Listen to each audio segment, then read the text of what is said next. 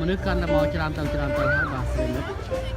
ខ្ញុំមិនដឹងគាត់ការអញ្ជើញរបស់គាត់យ៉ាងណាទេប៉ុន្តែភាពស្រស្រាក់ស្រស្រាំដើម្បីកសាងមន្ទីរពេទ្យស្ត្រីនៅឯប្រទេសកម្ពុជានោះគឺមានភាពអធិកធមណាស់បាទខ្ញុំរីករាយមានចិត្តរំភើបពីថ្ងៃមុនគឺថ្ងៃ30ហ្នឹងគឺខ្ញុំបានទៅដល់ឯរដ្ឋាភិបាលប៉ុន្តែខ្ញុំក៏មានភាពរំភើបដែរដោយរដ្ឋមន្ត្រីតំណាងរាស្ត្រគ្រប់ប្រហែលជា3-4នាក់ដែលគាត់បានលើកឡើងពីបញ្ហាកម្ពុជាខ្ញុំស្រក់ទឹកភ្នែកខ្ញុំអាណិតជាតិរបស់ខ្ញុំដែលឃើញតែភាពលំបាកឃើញតែភាពវេទនាហើយគេយកចិត្តទុកដាក់ដល់ជាតិខ្មែរសម្រាប់យើងឲ្យមានមោទនភាពណាស់ដោយថារដ្ឋាភិបាលអូស្ត្រាលីជាពលរដ្ឋអូស្ត្រាលីយកចិត្តទុកដាក់ដល់ជនជាតិខ្មែរយ៉ាងខ្លាំងធ្វើឲ្យខ្ញុំមានចិត្តរំភើបទោះបីតែថ្ងៃទៀតសោតខ្ញុំបានមកដល់ទីនេះធ្វើឲ្យខ្ញុំមានចិត្តរំភើបណាស់បាទនេះគឺសប្បាយចិត្តនិយាយអីមិនចង់ចេញទេបាទសូមបងប្អូនអភ័យទោសដោយសារភាពរំភើបនេះហើយដែលយើងរស់នៅលើទឹកដីរបស់អូស្ត្រាលីហើយមានជាតិសប្បាយរីករាយរាក់ទាក់មិនដែលប្រកាន់អ្វីទាំងអស់គឺគាត់ចូលចិត្តជួយគាត់គ្រប់គ្រងនៅអ្វីទាំងអស់បាទនេះក្រុមបានគាត់មានគ្នា3នាក់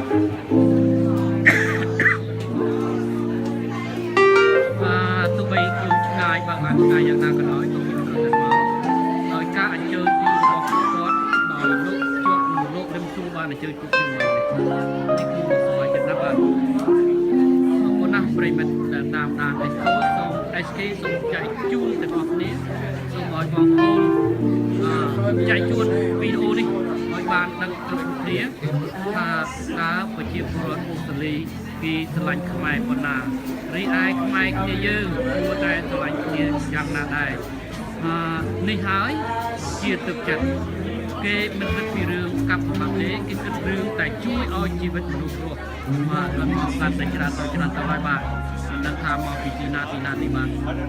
គុណប្រិយមិត្តតាមដានគេសូមមេត្តាតាមដានហើយបន្តចែកគ្នាផងដើម្បីបានដល់បាទ